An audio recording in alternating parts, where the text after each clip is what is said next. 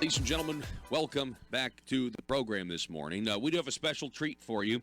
He's been on the program before. He's a distinguished professor of education policy and 21st Century Endowed Chair in School Choice in the Department of Education Reform at the University of Arkansas College of Education and Health Professions. His name is Dr. Patrick Wolf, and he joins us again. Dr. Wolf, how are you, sir? I'm doing well, Paul. Good. That's fantastic. I wanted to have you on because I think that you are, in my opinion, the authority in the state of Arkansas when it comes to this concept of school choice, more choices for students, better education. I think that's, where it all leads. And that's why I'm, so glad that you could join us today. I wanted to have you on to talk about something that was in the headlines last week. It's from the Denver Post.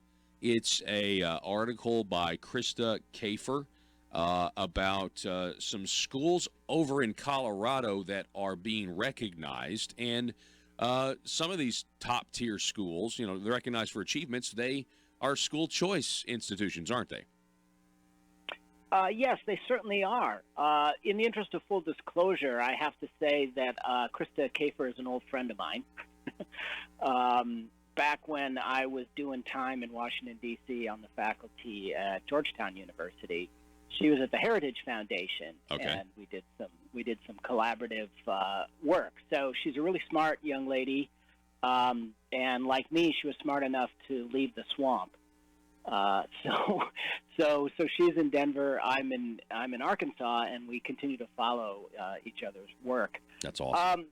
And her story, her article is really about the fact when schools are allowed to be distinctive, to have like a special focus or a special approach to education, and parents are allowed to decide if that approach is best for their child or not, then schools often succeed and children thrive. And that's what they've uncovered in Denver, where a very high percentage of their high-performing schools are schools of choice. Yeah, I'm reading from the article here, Dr. Wolf. It's written the way she writes it is I feel like really good. Here are some hints. This type of public school dominates the list of top schools as measured by Colorado state tests and college aptitude tests, whereas enrollment in traditional public schools is mostly determined by district boundaries. Enrollment in these public schools is always by choice. Parents select such schools as the best learning environment for their children. And yet we're seeing, and I feel like we need to see this movement all across the country, but especially in states like Arkansas. What are your thoughts? Sure. Most parents and education professionals will admit that children are different. They have, different learning styles, different approaches, different needs in terms of educational supports and educational challenge, and one size really does not fit all. So that puts residentially assigned district schools in a tough spot because they have to sort of try and be all things to all students who attend there. And it makes school choice a very attractive vision for a state, especially a state like Arkansas, where we'd really like to see our student outcomes improve in the K-12 space. And basically, if parents are given more choices among a wide variety of schools that are doing interesting things to educate kids, then, there certainly is a good prospect for our educational outcomes to improve.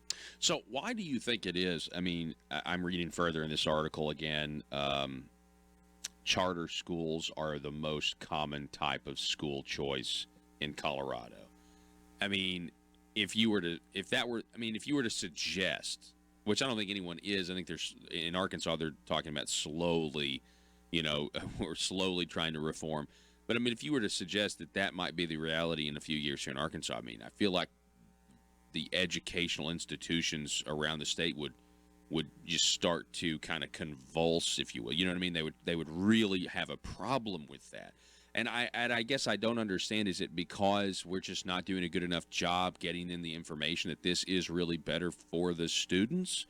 or is there something I'm missing here? Well, we were early to the party on public charter schools here in Arkansas. We were the third state to allow charter schools, but we haven't really developed a robust kind of law or vision for public charter schools, because the idea of public charter schools is they are schools that are governed by an independent board, and they are allowed and encouraged to innovate and be distinctive, serve distinctive populations of students, etc. And in Arkansas, when we started with charter schools back in 1996, we required that they be authorized by districts and that they pretty much follow a district model. Well, that's really kind of the opposite of charter schools. And still here in the state, we have two kinds of public charter schools. Open enrollment schools, which are independently governed and have to accept students from anywhere. They don't have any residential boundaries, so anyone can apply. Those are really kind of true charter schools. We have 54 of those.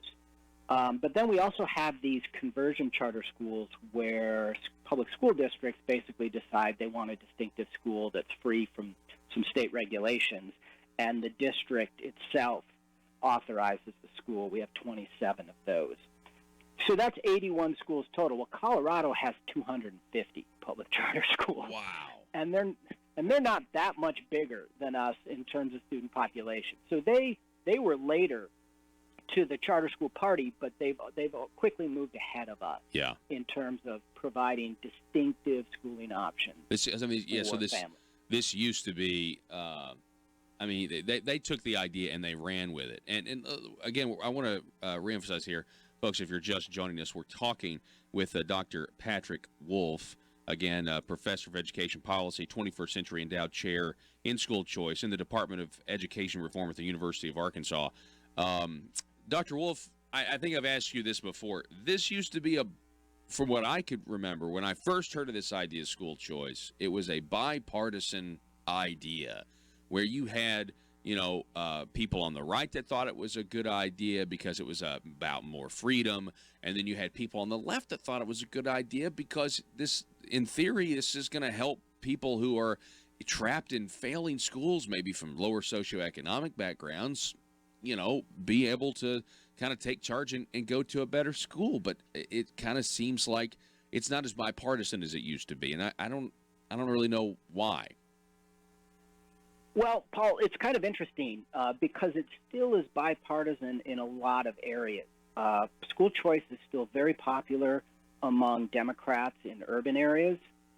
And there is a wing of the Democratic Party, a progressive wing of the Democratic Party, where school choice is still popular for the reasons you give, and that is that most of these programs overwhelmingly benefit students of color and low-income families.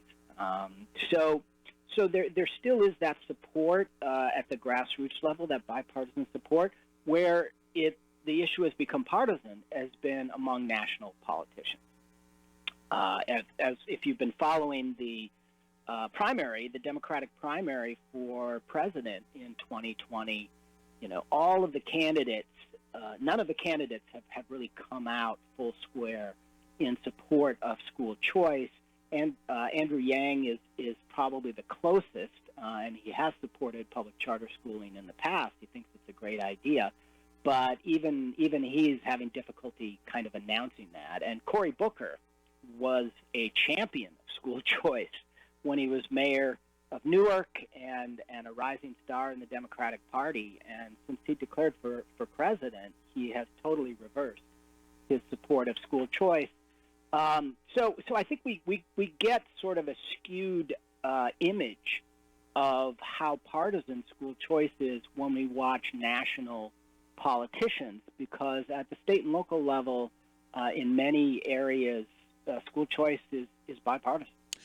Okay, I like that answer, and that makes sense. I think that's exactly right too, because at the local level, when you go over policy ideas, they tend to just be let's talk about the issue at hand. Here's an idea. Oh, that's a good idea. It's only when the national guys get a hold of it, and they've got to almost highlight the differences between folks. And it's politics gets involved and the stakes are higher. So Dr. Wolf, I mean, Colorado having, just using this comparison, and I didn't know. I mean, I was just researching school choice. This article came up in the last week, so I had no idea that Colorado had so many more charter schools than Arkansas does. But do you think, because we are trying to focus on making Arkansans, school situation better, what do you think needs to happen? I mean, is there maybe a policy here in the state that would be very easy to implement? Well, I say easy. The last couple of times it hasn't been easy. But what do you think something we could do here in the state that would be beneficial? Well, I mean, I tend to be a researcher more than a policy recommender. Right.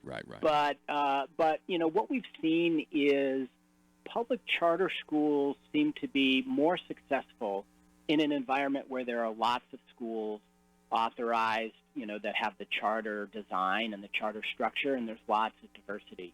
So places like New Orleans and Washington, D.C., and Denver, Colorado, they have very rich and exciting and dynamic charter school environments.